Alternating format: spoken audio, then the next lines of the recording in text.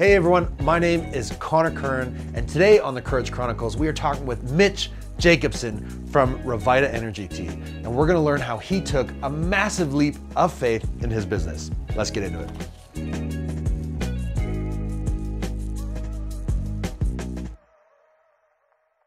Hi there, my name is Connor Kern. I'm one of the co-owners of Local Laundry. We are Canada's most caring clothing company. Today, I'm here to talk to you about the Courage Chronicles, a show where I'm gonna be interviewing other people from Calgary and learn about their expertise and how they build community. So come follow me as we learn about their area of expertise and how they build community.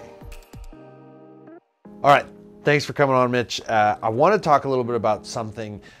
This is the Courage Chronicles. I wanna talk about some instances of courage in your journey. And one of the things I always like to talk about, entrepreneurs, we start these things on the side, we have these full-time jobs, and then at some point we have to take a leap of faith in our business and commit to our business full-time. And for me, I always equate it like a tube of toothpaste. You have this idea, it's percolating, and then you finally tell your boss one day, you're like, hey, I do this thing full-time, and then you leave and you're like, oh, is that the right, did I just make the right decision? Totally. It's like a tube of toothpaste. You can't put it back in. Once you tell them that you want to leave, it's done. And it's a really scary moment. Yes.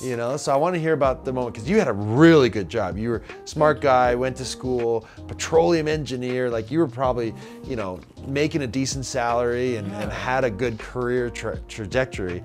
What was that instant like for you? Yeah, that's a really great question, Connor. And this was something that was extremely difficult for me. So I was about 5 years into my career when I got to the point where I started to think about quitting my job. So we just had some samples delivered to my house, basically. I was slinging them on the weekends and on the evenings. And I'd gotten to a point in my career where I'd paid off my student debt. I was starting to make a decent salary, I had benefits, and I had stock options at a very good company, quite a few stock options. And so the stock was primed to take a run, and all of my coworkers are starting to get excited about that. And I have people in my life that are telling me that I quote unquote have it made, right? Yeah. Stay with this great company, they're treating you so well, and they were. I'd recently moved to a new role. And then I bring up this idea, well, actually, I'm gonna sell tea in pouches. I'm gonna quit my secure job with a great salary and benefits and stock options and sell tea in pouches. You imagine how crazy that would have sounded? And it did, it sounded crazy to me when I said it out loud. But I had this conversation with my dad one time. We were downtown for dinner, and I'll never forget it. And he looks at me and he's like, when are you gonna quit your job? You need to quit, you need to go. I'm like, well, I don't know. I'm explaining this to him. And my dad's an entrepreneur. And the way that he rationalized it for me, which I'll never forget, is he said, imagine 70 years from now, and you're coming to the end of your days and you're looking back at your life and you worked this great career at the company that you were with. But in the back of your mind, you're always gonna have this question, what if? Oh yeah. What if I took that crazy shot at this business? What could have happened, right? And I think one of the saddest things that can happen to you at the end of your life is to have that question. Yeah. What if? And when I rationalized it like that, and then he said, and even if, let's say now that you did the business and it failed, but you're looking back at your life and you don't have to ask that question. At least you gave it everything you had, right? There's so much nobility in that. I really admire people that even if they fail, but they gave it absolutely everything that they had, they don't have to look back at their life and have any regrets. And so that was the moment for me where I said, okay, it's time. I need to go. And it was the next week after that conversation, I went into my boss's office. I had to prime myself to do it. I remember looking in the mirror, practicing what I was gonna say, like you see in the movies, and I walk into my boss's office and I explain to him what I'm doing, and he looks at me like I'm crazy. Yeah. But they were so supportive. That's how great of a company I was at. They all supported me. I gave a month's notice. And I remember walking out of his office, and I went back to my office and I closed the door, and I was inconsolable for an hour. Oh yeah. Sitting on the floor. And one of the crazy things, Connor, is it's not like I quit my job and then everything was amazing. It's been the hardest 4 years of my life. Sorry. Yeah. And then right when things were at the hardest, I have someone come to my office one day and he's like, did you hear what the stock is at? Oh no. Those stock options, I haven't even talked about this publicly, but the stock options that I had would have been worth into 7 figures. Stop. And here I am in my business, not paying myself, like we're on the brink of losing everything. And then I find out that if I had stayed in that opportunity, my financial goals that I had set would have been met. That's been the great irony of this. Oh man. And that took me a long time to make peace with it. And I've made peace with it recently. I feel really good about it because my soul and my destiny isn't worth any amount of money. Yeah. This is my life's path. This is what I was chosen to do.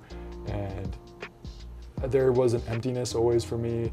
Even though I loved my job, I just didn't feel like it was what I was meant to do, right? I know you've had the same experience. That even though I loved the people I worked with, I loved the company, I loved it, I loved everything about it, but I felt deep down that I was called to do something different. Yeah. And there's no price that you can put on that. No, 100%. And I think that's something that's really special about entrepreneurship is we are so lucky, we're so fortunate that we've found what we're supposed to be doing. And we get to do that every single day. Every single day. You know, and that's why, like, even when we're having a horrible day, our worst days, I don't know for you, but for me, my worst days doing this are 10 times better than my best days when I was doing what I was doing before. Because absolutely, because we're doing what we're supposed to be doing. We're doing what we're supposed to be doing. And that pressure that we go through, you know, that's a privilege. You know, that's something that I've heard you often say because you're under a lot of pressure always, but that pressure is a privilege. Not everyone gets to experience that. The pressure is a privilege, absolutely. And you know, as many challenges as you and I have went through, you know, for me, it's walking back on the production line and, you know, seeing some of our staff, you know, happy and smiling and laughing together. People that didn't have opportunities elsewhere have an opportunity here. You know, customers telling us that they were going through this big health issue and our product helped them. You know, this has made a positive impact in people's lives. Like the group hike, like we talked about earlier, relationships have started from that, lifetime friendships.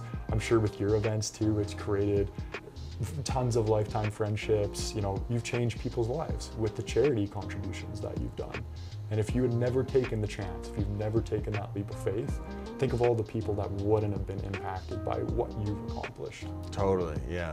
I mean, I'm pretty spectacular. You are pretty spectacular. The world is a much better place. It is, with you in it, absolutely, my friend. But I think that's one of the things that, you know, most people kind of looking on the inside, you know, looking outside in, they say, wow, you know, entrepreneur, and it's so sexy and doing this and doing that. But a lot of people don't understand the courage that it takes to leave, you know, a fantastic gig like that and to go off on your own. And we don't have all the answers, and we're faced with all these challenges every day. And it's like, what do we do? I don't know. 100%. You know, it does take a lot of courage. So what do you do like on a daily basis? Like when you go through those things, like where do you find that courage? Where do you find, you know, I know where you find the energy. That, yeah, exactly. You don't have to worry about that. You got that covered. Yeah. Where do you find the courage to keep going? Because that's the tough part, right? Is there's a lot of days, truthfully, even the last 4 years, where it's felt almost hopeless, right? We're going through this massive challenge. And I think there was a part of me too that was a little bit entitled. Like, I quit my job, I took this risk, like it should work out.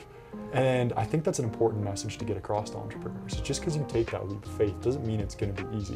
It's going to be probably the hardest thing that you ever do in your life. But you have to come back to why you're doing it, right? And for me, my why was I wanted to help people. I wanted to create something that stood for that was going to be a positive change in the world. And so when I'm having the worst days, right, the days where I think I cannot continue forward, we have this folder on our drive at the office called When You're Having a Bad Day. Oh, wow. And in there, it's messages we've had from cancer patients that were in the hospital saying how much our product helped them, people that said how much they were inspired by us. I just read those messages and then I think about, okay, I have to continue because this is making an impact. And if I don't continue, how many more people could we have helped that wouldn't have been helped if I quit? And I think a lot of it comes back to that. Absolutely. No question. I mean, the impact alone that it's had, you know, just on my life, you know, and I'm just saying this because I love it and I love you guys, but like, you know, I quit drinking about 6 years ago. And, you know, there was a time where you go out with friends and you're just looking for something to give you a boost and give you, you know, that replacement for, you know, for alcohol. And Yes. for me, anytime I was in that situation, I always grabbed a Rviita. Well, thank you. You know, because Yeah. it was something, it was different, you know, but it made you feel like, you know, you're getting a little bit of a buzz on, you know, you're getting, you know, and so the impact it's had on my life, I can say, has just been absolutely tremendous. So I can only imagine the hundreds and thousands of other people that it's had that impact on, and that community that's around you. So you're doing absolutely incredible things, and I can't thank you enough. Just keep doing it. Don't ever stop making my vitamin R, please. We're never gonna stop, and I can't thank you enough. And you know, if we both hadn't taken the leaps of faith, we wouldn't be sitting here. Exactly. We probably wouldn't know each other. No. Right? So that's the beautiful thing too, is the friendships that have come, and you know, the fact that we can sit down and do this podcast is both because we took the leap of faith. 100%. I mean, this friendship alone is worth 7 Absolutely, figures. that's worth a lot more. Mitch, where can people go to support you, be a part of this community, and get some Rviita? Yeah, thank you, Connor. So you can find Rviita at rviita.com. That's RVIITA.com. You can also find us on Instagram, TikTok, LinkedIn. Our product's carried on Amazon, and we're also carried in about 1,200 stores across Canada, including Safeway, Superstore, many convenience stores, and probably your local health food store as well. Thanks so much, Mitch, for coming on. Really appreciate it. Thank you, man. It's an honor. Keep doing what you're doing. Thanks so much for watching the Courage Chronicles. If you want to find out more information, click that big old link down below, or check out YYC Calgary Business, or you can even check out our clothing company, locallaundry.ca. Thanks so much. Hope you have a great day. Bye for now.